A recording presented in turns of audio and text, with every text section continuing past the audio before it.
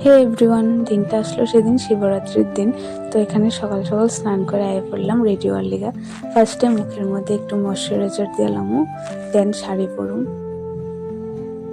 এখানে প্রায় আমার শাড়ি পরা কমপ্লিট। এরপরে চোখের মধ্যে একটু হালকা করে আইলাইনার দিলাম, এরপরে একটু লাইনার দিয়ে লিপস্টিক লাগামু।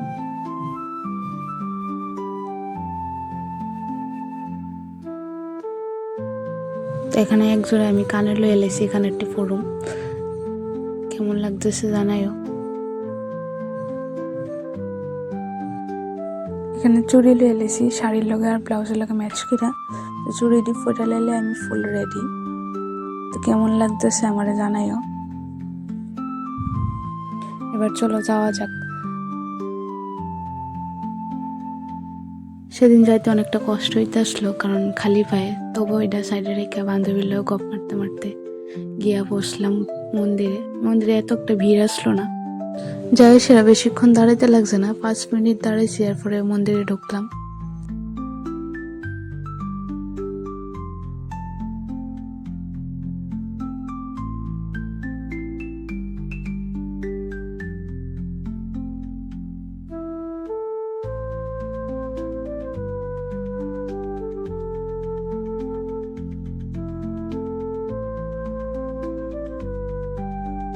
ঠাকুরের সবকিছু দিয়ে নিলাম, তখনে অঞ্জলি লম।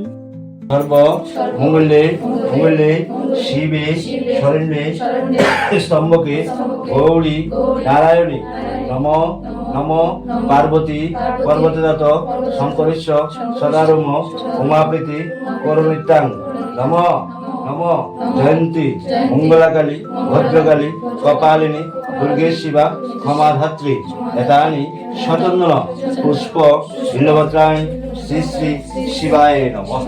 এখানটাও এখানে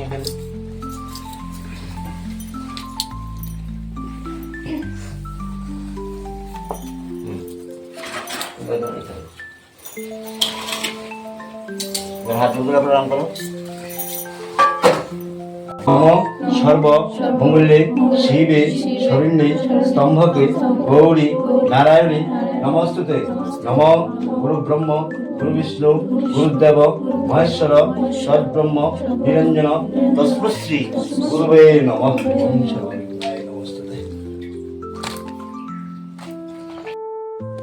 অঞ্জলি লইয়া ভালোভাবে পূজাটা কমপ্লিট করলাম। মনটা শান্তি লাগতেছিল, কোনো রকম প্রবলেম হইছে না। তো ওখানে একটু প্রণাম করে এলাম।